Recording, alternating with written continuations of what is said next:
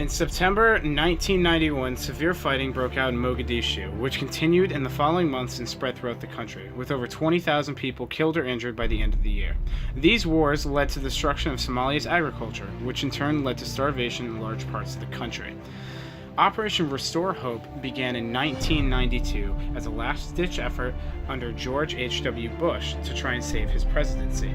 The mission was created Operation was created to feed starving populations of civilians in Somalia. Warlords began seizing food for themselves during the operation, which led to the formation of Task Force Ranger. Task Force Ranger consisted of over 400 Army Rangers and Delta Force operators. This mission put Special Forces in a position that they were not used to: crowd control and urban fighting. They were not prepared for what would happen next. In the months after Operation Restore Hope, U.S. soldiers frequently came under attack from Somali warlords attempting to seize the food supplies for themselves instead of letting the civilians grab them. The most notorious of the warlords was General Mohammed Farah Aidid. Aidid was the mastermind behind an ambush that left 24 UN Pakistani soldiers dead after they attempted to raid a weapons cache by his people. Operation Gothic Serpent began in June 1993, with the U.S.'s biggest priority being to capture Aidid instead of support the supplies going to the Somalis. For the attack on the UN peacekeepers, the United States put a bounty on him, but no price would drive his supporters to turn him in, so the United States knew that they would have to get him themselves. The United States repeatedly attempted to capture him, but poor intelligence kept failing Task Force Ranger, including an instance where they captured the wrong man. These failed missions helped the Somalis learn American tactics, such as Rangers cordoning off the streets, with Delta Force operators going in, and this would help them greatly during the Battle of Mogadishu.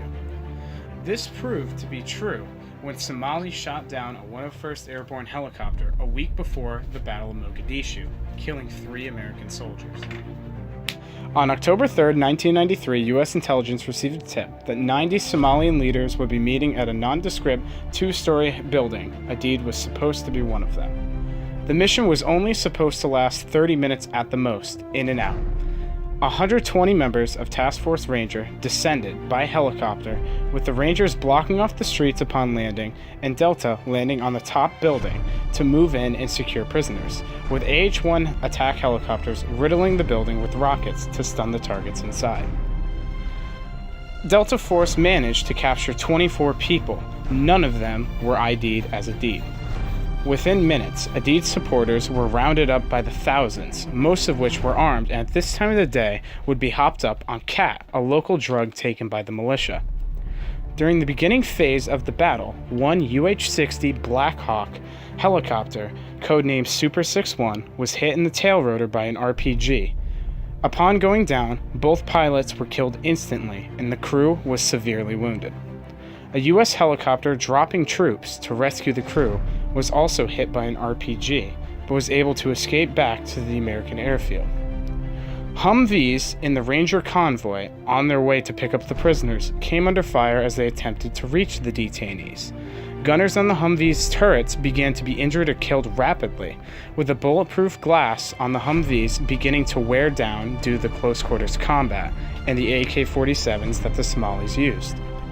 Bad directions from above caused the U.S. convoy to take several wrong turns, forcing the massive line convoy to reposition in gunfire before finally making it to the prisoners. After picking up the prisoners, the assault team of 90 soldiers made it to Crash Site 1 under heavy fire. As the initial helicopter went down, reports came in from all over to go and assist the crew that were still alive. With the Ranger convoy now having the detainees, they began their way over to the first crash site. Black Hawk Super 64, which was flying overhead, piloted by sole survivor Michael Durant, was shot down by an RPG minutes later. Mastery Gunnery Sergeant Gary Gordon and Specialist Randy Sugar of Delta Force were roped down by Super 62 after their third request to help protect Super 64's crash site. 2 snipers alone against a large Somali mob moving in towards the crash site. Both snipers inflicted massive casualties on the mob, but eventually, Gordon and Sugar were both killed, and Michael Durant was taken prisoner. Gordon and Sugar would later receive the Medal of Honor. Despite air support, with many wounded, the assault team took over nearby houses and held out for the night at Crash Site 1. All in all, the United States' involvement in Somalia was a failure. The Battle of Mogadishu was militarily a success, with the U.S. capturing 2 of Adid's top lieutenants. But many speculate that the U.S. actually had a plan to capture Adid himself, which would label the mission in the eyes of the public a complete failure. On top of that, 19 American soldiers lost their lives, along with 2 Pakistani soldiers. All in all, the mission in Somalia did not help the civilians. In fact, it may have actually worsened relations with the civilians and the United Nations, if anything. Warlords to this day still rule Somalia, with a government in place by the United States to try and control the violence.